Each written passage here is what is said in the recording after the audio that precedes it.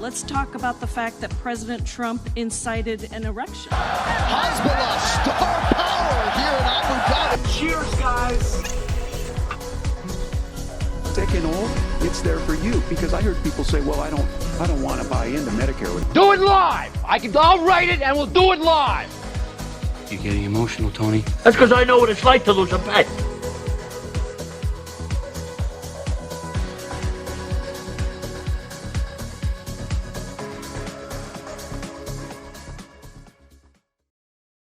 Ladies and gentlemen, welcome to Alternative Jargon, episode number 55. It's been a little bit. I'm not really sure what I've missed in the world.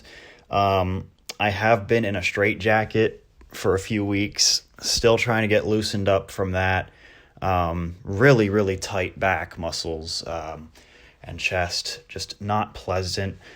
It was discovered, unfortunately, after my house was raided by the feds on election night. Obviously the call was fake, but they did start digging through my record. They found out that I am Q. I started Q. Didn't really think that was ever going to come out, but unfortunately it just had to. So, yeah, I mean, since fall of 2017, I have been leading a cult of 4chaners to believe that Donald J. Trump is the second coming of Christ. Now, the good thing about all of this is that Trump pardoned me. I don't know if you saw, it was probably lost. He pardoned a lot of people. But yeah, I was pardoned. And don't worry, guys, the Patriots are back in control. The Patriots are back in control. All I have to do, there is a stipulation with my pardon. There is one clause in it, but all I have to do is meet up with RFK Jr. once a week, every Tuesday, to get lunch and catch up with each other. It was written in the pardon as something called like the Tuesdays with Robbie clause. I don't know what the deal is, but there are worse things. There are much, much worse things that I could have to do. So I have been pardoned. I'm all good to go. I am free. Feels good. The one thing I'm really not looking forward to with meeting RFK, though, is the food. It's probably going to suck. He mentioned something about raw milk and, like, bull testicles. So, there are worse things, like I said. I will do what I have to do for my leader, right? So, obviously, I'm kidding. I've missed a little bit. I wanted to kind of rebrand the show, make it look nicer, and just take a little break for a little bit. Enjoy the holidays. No one should really be spewing hatred and just bad jokes during the holiday season. I needed a rest. I'm sure you needed a rest, but we're back and it feels good. So we lost TikTok for 14 hours a few weeks back. Well, not a few weeks, like a week ago. A lot of people really lost their mind over it. 14 hours is a really long time to go without anything. Food, water, dopamine, or seeing the Rizzler, whatever it is you do on there. I really haven't been on TikTok for a while. I don't want to sound like one of those people, but I have been trying to cut back. And surprisingly, it's been easy. When I say I cut back, it doesn't mean I'm like doing something productive. It means that instead of scrolling TikTok for 4 hours every night before bed, now it's Twitter. Big difference there. One is for big brains and one is for people that are a few steps behind in, everything, I suppose. No, I do love TikTok. I haven't, I didn't really look into the ban, China, whatever. I understand how it could be a security issue, though, because I think there's a big difference between Chinese billionaires and United States billionaires, but I could be wrong.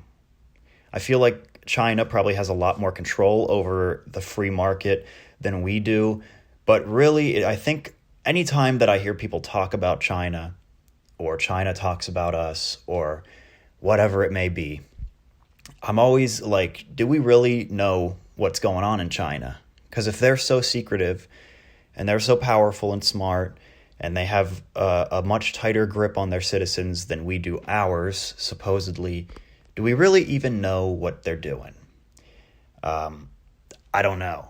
I'm not an expert in that category, but yeah, it's back. We had it lost for 14 hours.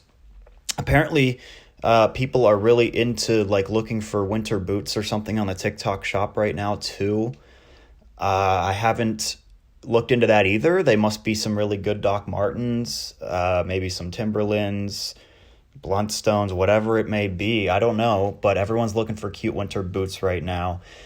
But no, apparently cute winter boots on TikTok is a signal code word being used, I think primarily by people on the left right now. I don't know what the deal is. They sort of loop in ice raids with cute winter boots with pictures of Luigi Mangione. Maybe I'm just not in their network. That's probably what's going on. I'm not in their network. And so if it's code word, then I'm not supposed to know.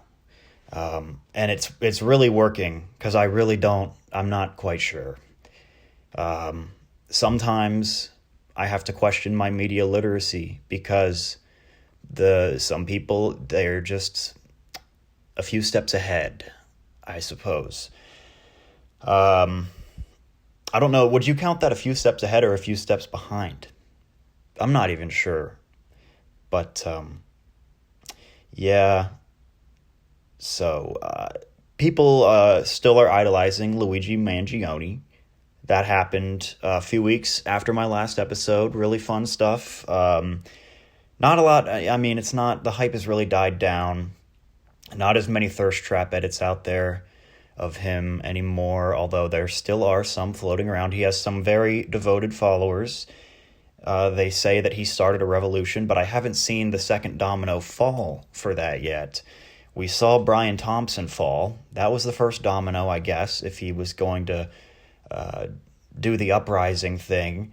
But where's the other domino? All of these people, they're like, oh, let's fight for Luigi. And then it's like, what are they doing? They're picking Dunkin' instead of Starbucks now. Or something. I'm not quite sure where the headquarters is for that movement, but haven't heard much out of that camp recently. Not sure what they're doing. Maybe they're just planning their next hit. I don't know. But for now, not much going on in the Luigi camp. If you want to idolize the guy that shot a CEO, then get out there and shoot more CEOs. Put your money where your mouth is, I suppose, but nobody really wants to. Obviously, we all know how healthcare works. There's no perfect system, that's for sure. It's either free and you wait 10 weeks and you're dead by the time you get care, or it's really expensive, but it's good. There's no winning, unfortunately. I'm not here to debate that topic. This is not a political show.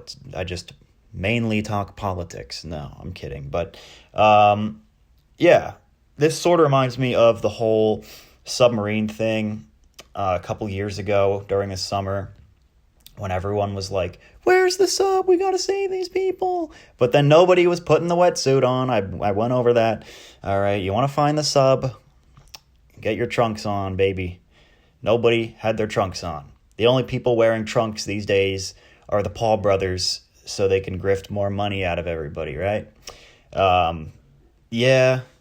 So, but we're back. We have a new logo. Check it out. If you get it, it's a smiley face with the letters of the show. Really, really awesome, I know. We have a new intro with some new clips. And yeah, the plan right now is full steam ahead. So today I really wanted to highlight sponsored pets, pet influencers. Now, influencers I think we should make that term derogatory. The term influencer should be right up there with every other slur, in my opinion. I don't even like to say the I word. It just doesn't feel right. If I hear someone self-proclaim to be an influencer, it's even worse. It's like, that word is just a cancer. It's really bad. It's really not good. I really don't like that term. I'd rather be labeled like a Nazi than an influencer. I think one of those two is probably more evil.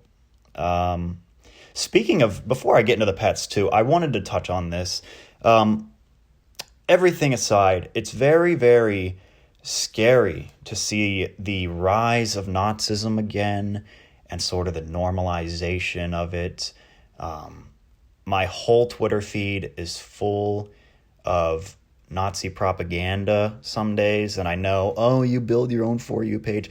Do I interact with these posts? Yeah, because I love to see the delusion. Unfortunately, if you interact with things, that's what drives your filter on every platform now and what you see. But it's hard to just see some of these outlandish claims by neo-Nazis and not want to go click on them. I'm sorry. We have very rich people, powerful people, sort of out there doing Nazi type things now. I think you know who I'm talking about.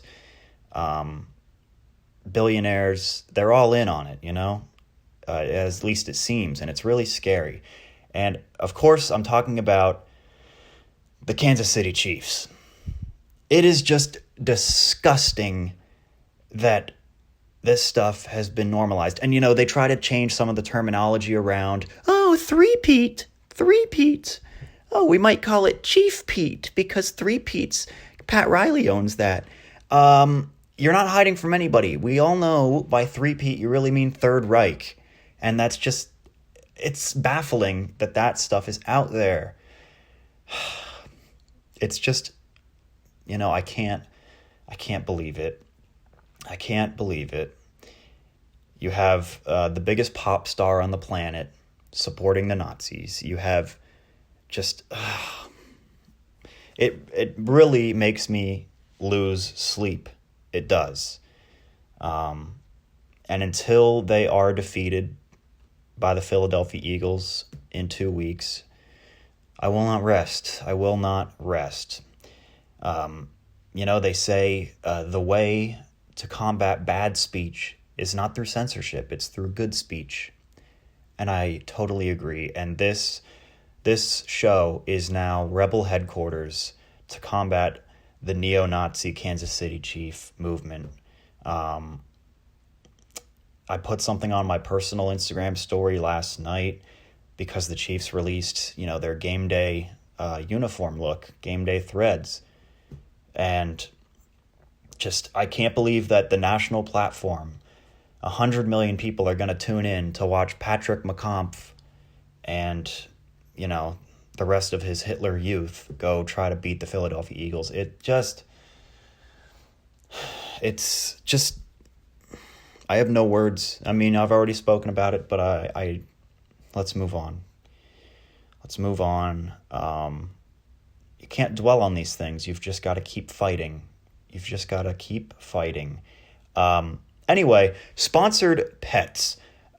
Pet influencers. Now, influencers I hate, but all of the cons of a human being influencer are completely inverted into the silver linings of turning your cat, dog, whatever you have, into a world famous, frankly, artist. I wouldn't even call them influencers. I'd say that these animals are artists. Now, my favorite pet influencer for probably the last year or so is a cat on TikTok and Instagram named Luna is Tabby. That's the account name. Luna is Tabby. Now, this is the most cat-looking cat I've ever seen.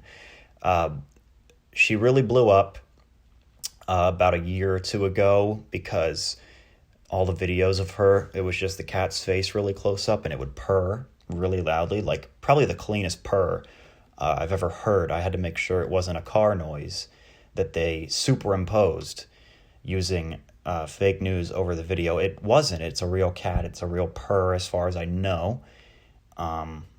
Just a really amazing soul, you know. They haven't been able to translate into from cat language to English yet, so we don't yet know the cat's stance on Palestine or the election or anything like that, but I'm sure they're working on it around the clock over at Luna is Tabby HQ and the rest of these pet influencers, because obviously, where do people go for political opinions? Influencers.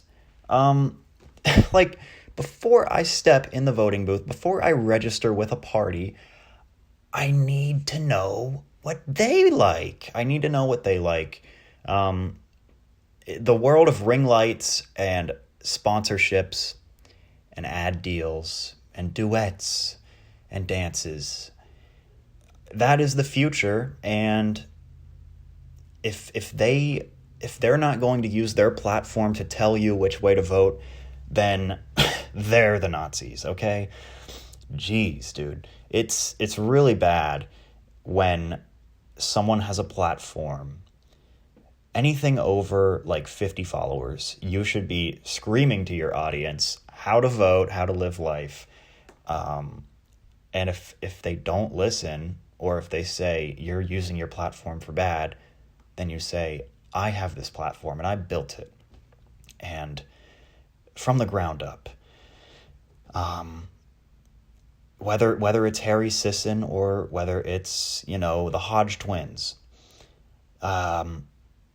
Just the fact that some people want to think for themselves is pretty gross. It's bad. It's really bad. But yeah, we're still waiting on that translation. But Luna has the clearest and loudest purr that I've ever heard in a cat. Whatever she's trying to spout to the world, she's very passionate about. And when we get that translated, it's going to be really nice to know what she wants to tell the world. Hopefully it's something other than just like, is it time for feeding yet? Hopefully it's something really insightful. But I will throw a video of Luna on the screen here now and shut up for a second so you can hear her purr.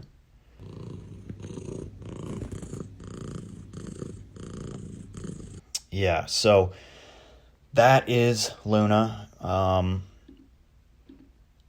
Everybody, that was Luna. Luna, that's everybody.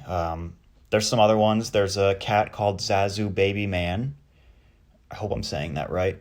This is a cat that blew up for, it was like one famous picture of it where it just has like a really kind of monotone, annoyed looking face.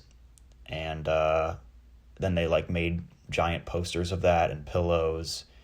And then they would pose the cat in front of the poster and people would say, it looks like a dictator making a speech. And to that I say, go watch Andy Reid's post-game press conference. Jeez. There's Kirk Herbstreit's dog, unfortunately passed away. There's Doug the Pug, if you're familiar with Doug the Pug. Lots of them. But in all seriousness, though, I do think it's really cool that you can have a pet now and like earn passive income off your pet just being cute.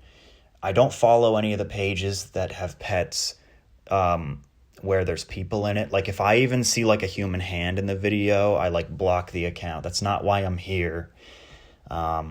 It's really great when people have pet accounts that are not about themselves, you know. I'm here for the animal. I'm not here for you.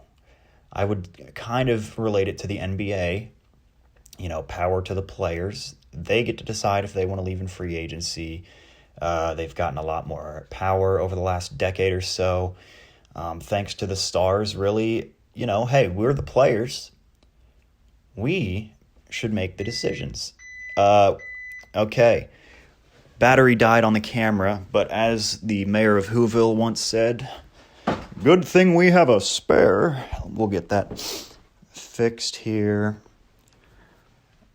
Still live on air. But yeah, some people, it's really, because here's the thing too. I love pets. I love cats, dogs, whatever it may be. The only thing I probably would never consider having as a pet is like a tarantula. That definitely would not fly for me. Anything that's, has an exoskeleton and 8 legs or 6 legs and can like crawl up your sleeve in half a second. I'm just not really into that type of thing. I love a good horror movie. I love a good Nosferatu type dark ambient atmospheric thing. Gothic art, gothic literature, but could never mess with the tarantula. But anyway, I digress. The thing that I love pets, but pet owners can be some of the most insufferable people on the planet. The kind of people that like, oh, I'm a dog mom, and, it's funny to say it once, but it's sort of like the whole millennial, oh, it's a pupper, it's a doggo, that thing. That I can just, not a big fan of that. But we're back. Welcome back. We're back. Yeah, pet people, their whole personality is, they have the stickers on the car. It's fine, but because a lot of people, they have anger towards pet people, but they don't know that it's against the person and not the animal. So in their head, they're like, I don't like dogs. I don't like cats. But really, I think more of that is sort of a dislike of the owners, and then that is reflected onto the animal. It should never be on the animal. Look at it. Have you seen a cat? Have you ever seen one? Have you ever seen a dog? Thank God for them, It's really nice. I wish I had one to sit up here and display during the show.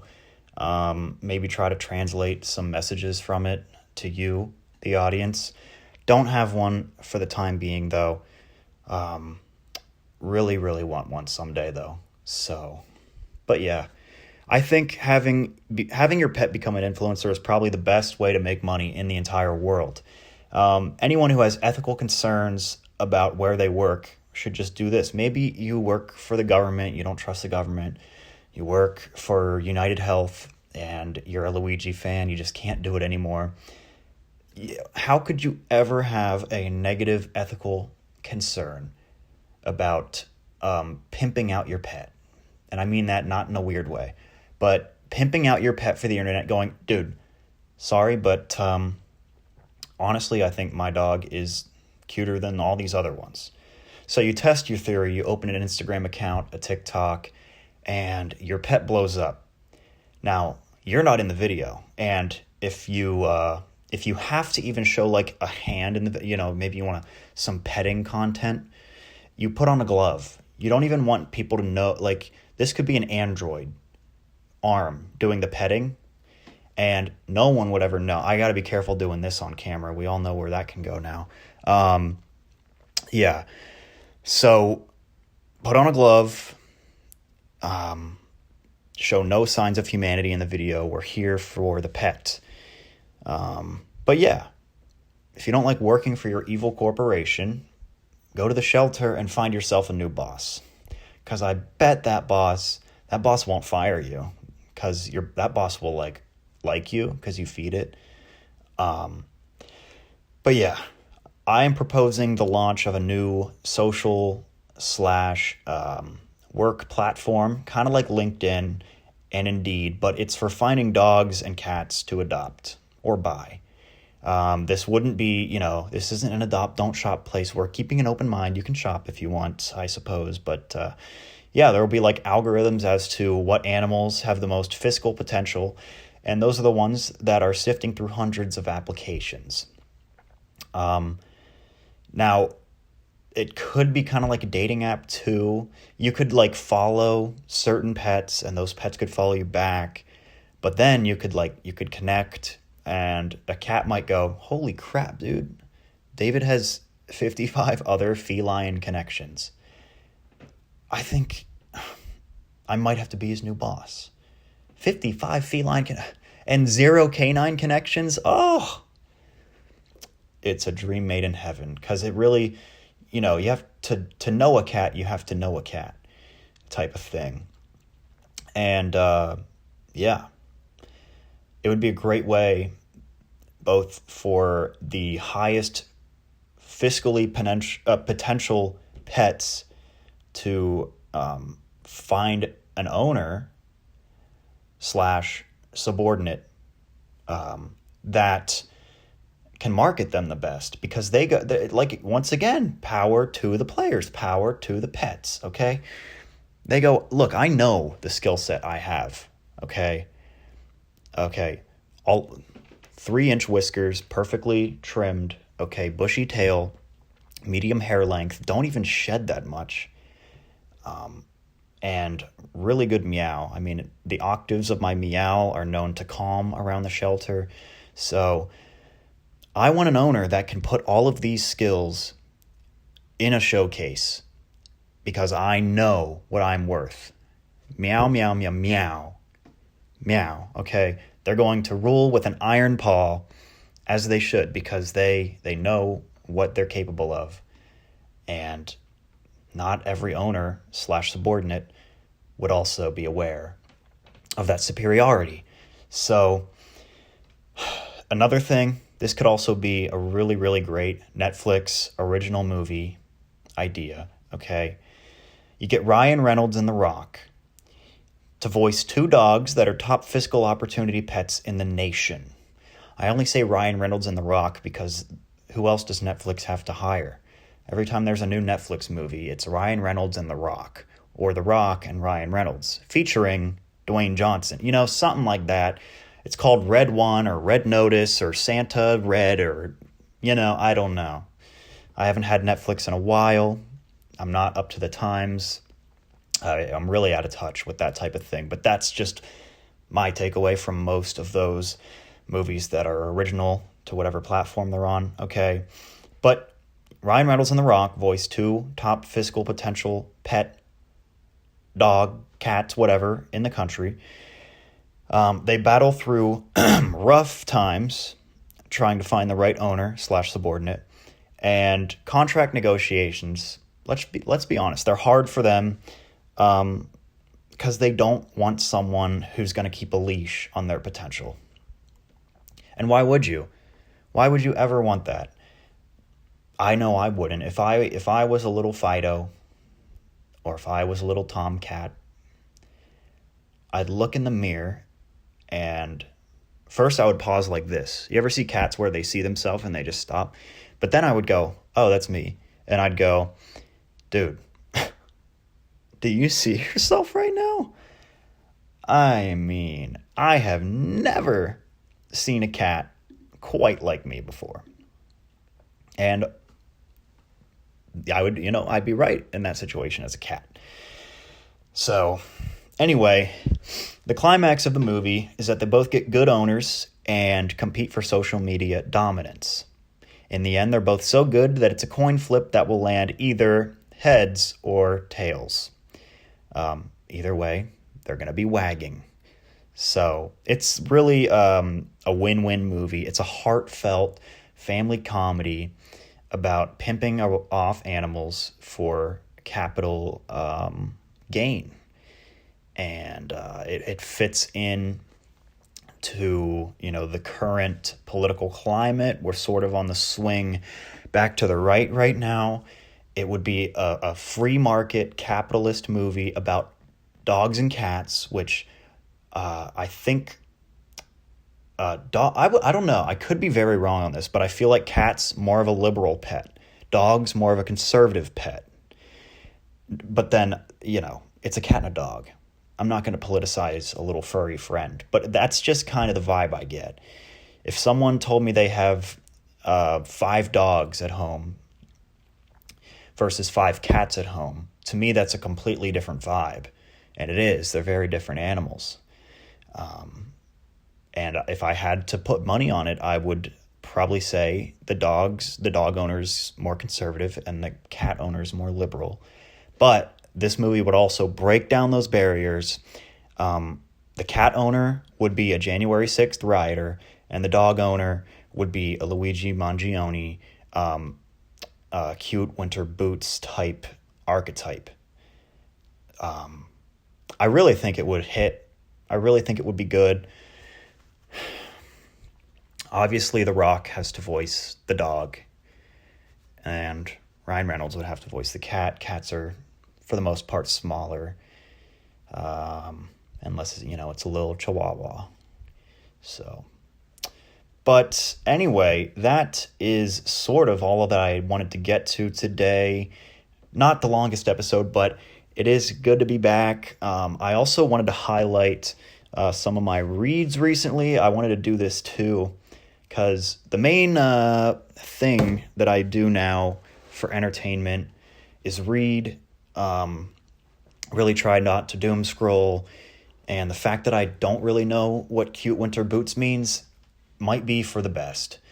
I might finally be, as the great wise Andrew Tate once said, leaving the Matrix. Probably the wisest mind of our generation, that guy, and his brother, the sex offenders. Wisest minds of our generation. I know last week when Trump got inaugurated, they, had a video of them dancing shirtless and smoking cigars. And if that's not masculinity, I mean, you gotta love it. Anyway, just finished today, actually, The Hunt for Red October by Tom Clancy. It was really, really good, but they didn't talk about the Philadelphia Phillies at all. It's the first Jack Ryan novel, and I thought that he was gonna kind of be like, a fake fictional character. Maybe they throw him at shortstop, second base, in this fictitious historical fiction about my favorite baseball team. Nothing about the Phillies at all. Not even like there wasn't like a post-credit scene with Bryce Harper, even. So, it was good. It was about like some nuclear submarine and like the Soviet Union. Not quite what I expected. So I did give it 1 star for false advertising. I was looking for baseball.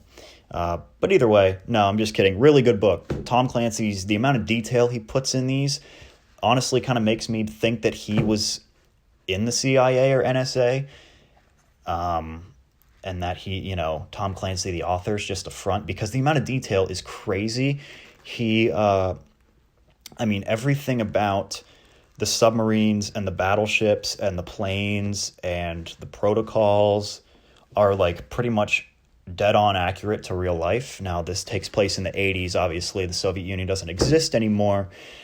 But yeah, really good book, really good details. I have a ton of Tom Clancy books that I have collected over the years from community aids and Goodwills, because all of like the really nice big hardcover ones, like first editions, they're always on the shelves there, and they're like $2. And you look inside the cover, some poor guy back in 91 or something bought this for $35. So yeah, if you want to read Tom Clancy, go to the thrift store. The Hunt for Red October is the first Jack Ryan novel, and I did not have it already. So like a year ago, just went and got the cheap paperback so that I could kind of start from the beginning. But yeah, great stuff. Next up, that'll probably start right after I stop this, is Cormac McCarthy, Blood Meridian. Cormac McCarthy, obviously famous author of No Country for Old Men, made into the motion picture in 2007 that won Best Picture with Javier Bardem and all that good stuff. But Blood Meridian is supposedly supposed to be really violent, and maybe even so violent that they don't want to make it into a movie. So I need to know what that's all about. Yeah, and that is what we have going on. Thank you so much for listening. Thank you so much for watching. I appreciate anyone who does, and I will see you probably next week. Goodbye.